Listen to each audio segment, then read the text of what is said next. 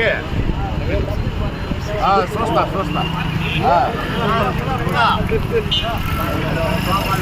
అన్నీ పెట్టాయి నేను పెట్టాలి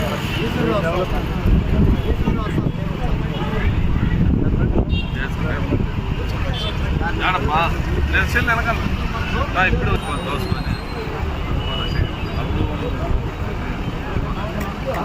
అప్పుడు నేను రింగ్ అయిపోతా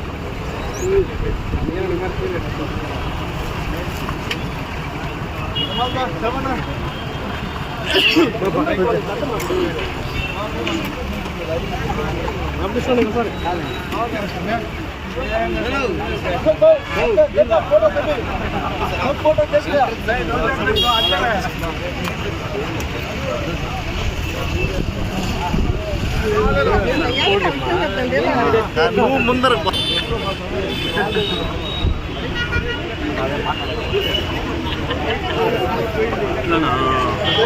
అర్థం కాలేదు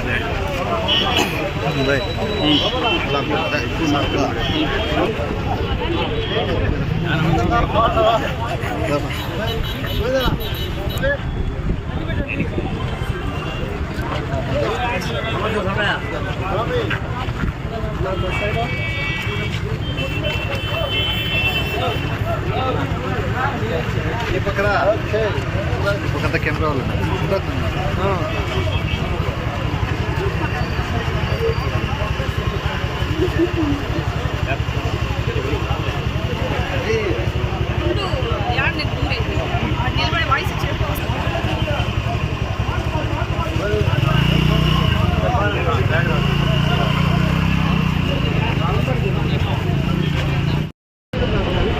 రండబా ఎనికి రండబా ఎనికి రండా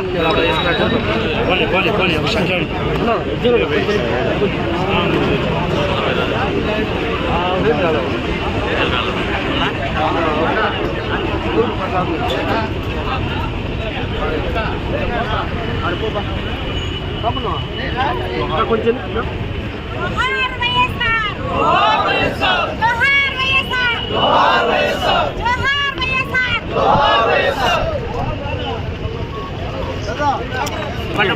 రెడీ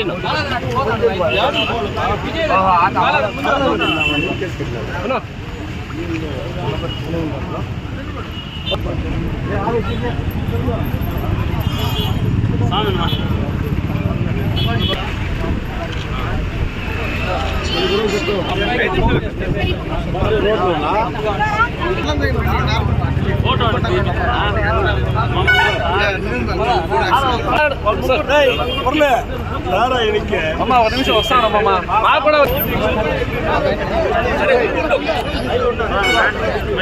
ఏమన్నా సన్నా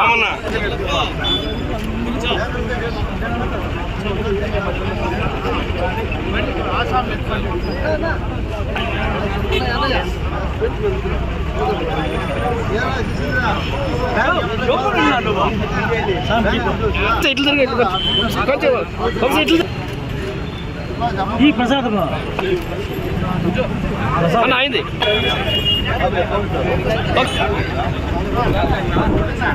ఓకే అన్న ఓకే అన్న ఎప్పుడు ఒక సెకండ్ ఎప్పుడు అన్న అన్న ఒక సెకండ్ ఓకే అన్న ఓకే అన్న ఫోన్ తెరదరా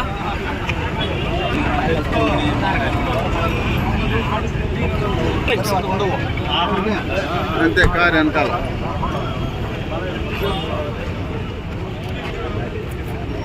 అయ్యో నేను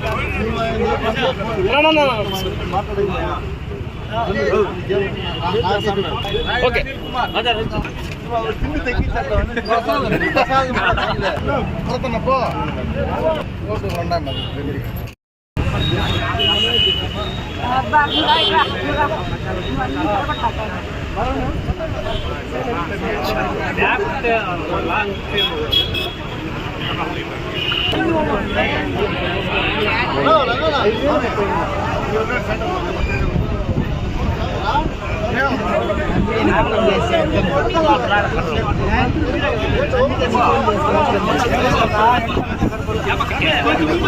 వీడియో తీసుకొని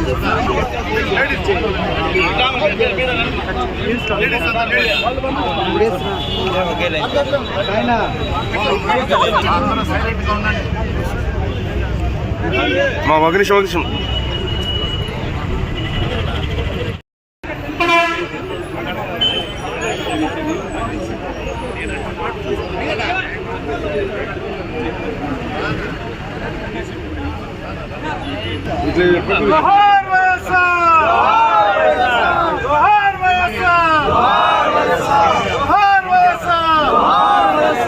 జగన్మోహన్ రెడ్డి గారి నాయకత్వం, జగన్మోహన్ రెడ్డి గారి నాయకత్వం, జై జగన్, జోహార్ వైఎస్ఆర్, జోహార్ వైఎస్ఆర్.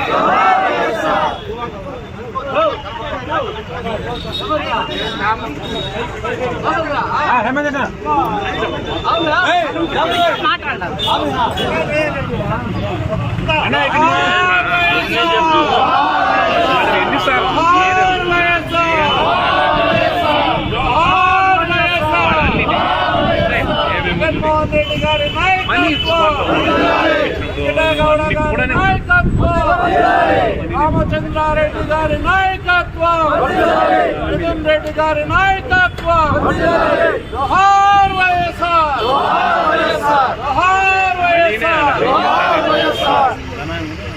జోహార్ వైఎస్ఆర్, జోహార్ వైఎస్ఆర్. జగన్మోహన్ రెడ్డి గారి నాయకత్వం, జగన్మోహన్ రెడ్డి గారి నాయకత్వం, చిన్నగౌడ గారి నాయకత్వం, చిన్నగౌడ గారి నాయకత్వం, జై జగన్, జోహార్ వైఎస్ఆర్, జోహార్ వైఎస్ఆర్.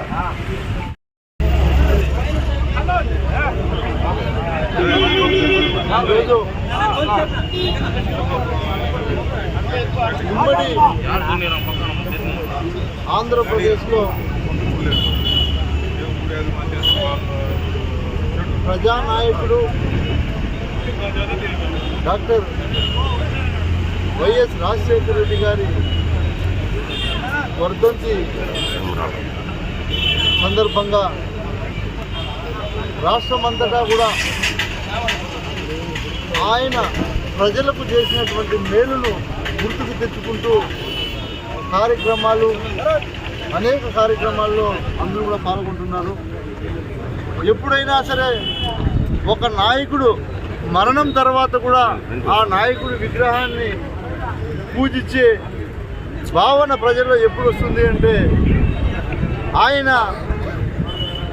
మనిషి రూపంలో ఉన్నటువంటి దేవుడులాగా అప్పుడు అందరికీ కూడా ఒక దేవుడిలాగా కొలిచారు. అప్పట్లోనే ఆయన ముఖ్యమంత్రిగా ఉన్నప్పుడు అనేక సేవలు, అనేక కార్యక్రమాలు, పేద బడుగు బలహీన వర్గాల గుండెల్లో నిలిచిపోయినటువంటి నాయకుడు ఎవరైనా ఉన్నారు అంటే మన భారతదేశ చరిత్రలో మరణానంతరం తర్వాత అది ఒక వైఎస్ రాజశేఖర రెడ్డి గారికే దక్కింది అని కూడా మనం గొప్పగా చెప్పుకోవచ్చు.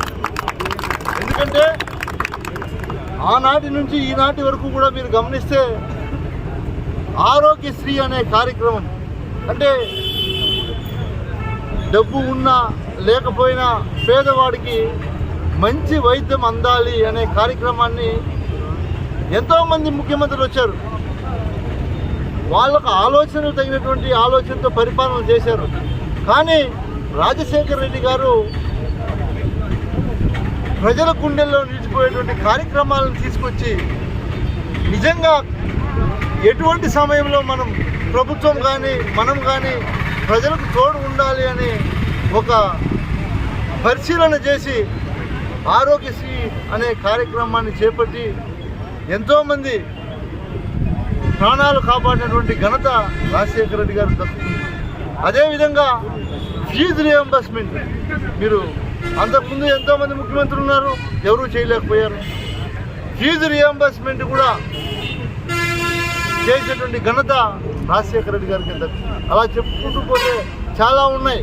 మైనార్టీ సోదరులకు కానీ సోదరీమణులందరికీ కూడా 4% రిజర్వేషన్ కల్పించాడు. అట్లా ఎస్సీ, ఎస్టీ, బీసీ మైనార్టీలని అందరికీ కూడా అనేక కార్యక్రమాల్లో చేసి ఆయన ప్రజల గుండెల్లో నిలిచిపోయినటువంటి మహానేత, ఈరోజు దేవుడుగా కొలువైనటువంటి రాజశేఖర రెడ్డి గారిగా మనం అందరూ కూడా ఈ రాష్ట్రం అంతా మనం కొలుస్తున్నాం. కాబట్టి ఆయన ఎక్కడ ఉన్నా ఆయన స్ఫూర్తితో, ఆయన ఇచ్చినటువంటి స్ఫూర్తితో ఆయన కుమారుడైనటువంటి జగన్మోహన్ రెడ్డి గారు గడిచిన 5 సంవత్సరాలు తండ్రి ఒక అడుగు వేస్తే తనయుడు 2 అడుగులు వేసేటువంటి పరిపాలన మనం గడిచిన 5 సంవత్సరాల్లో మనం చూసాం. ఎందుకంటే నాడు నేడు ద్వారా పాఠశాలలు కావచ్చు, పిల్లలు చదివించడానికి అమ్మఒడి కావచ్చు, ఏదైతే ఆనాడు మేనిఫెస్టోలో నవరత్నాలను పెట్టి ప్రతి కుటుంబానికి నేరుగా అందే విధంగా ఆయన కొడుకు కూడా ఈ రాష్ట్రాన్ని పరిపాలించడం మనం అందరూ కూడా గమనించాం. కాబట్టి రాజశేఖర రెడ్డి గారు ఏదైతే నేర్పించారో ఆయన కొడుకు కూడా అదే విధంగా ఈ రాష్ట్ర ప్రజల కోసం ఎంతో కృషి చేస్తున్నటువంటి ఘనత ఈ రాష్ట్రానికి దక్కింది. కాబట్టి అందరూ కూడా గమనించాలి. కాబట్టి ప్రతి ఒక్కరికి తెలియజేస్తున్నాం, రాబోయే రోజుల్లో మళ్ళీ కూడా మనం జగన్మోహన్ రెడ్డి గారిని ముఖ్యమంత్రిని చేసుకోవాలి. మంచి పరిపాలన ఆయన అందిస్తాడని మనం అందరం కూడా చూసినటువంటి పరిపాలన మళ్ళీ అందుతాయి. ప్రజలందరూ కూడా ఇప్పటికే ఈ గడిచిన ఈ 1.5 సంవత్సరం ఏదైతే కూటమి పరిపాలన ఉందో ఈ పరిపాలన వల్ల ప్రజలు పడుతున్నటువంటి ఇబ్బంది మనం ప్రత్యేకంగా చెప్పాల్సిన అవసరం అయితే లేదు. కాబట్టి రానున్న ఎన్నికల్లో ఖచ్చితంగా జగన్మోహన్ రెడ్డి గారిని ముఖ్యమంత్రిగా చేసుకుంటారని కూడా మేము భావిస్తూ అందరికీ కూడా ధన్యవాదాలు తెలియజేసుకుంటూ సెలవు తీసుకుంటాం.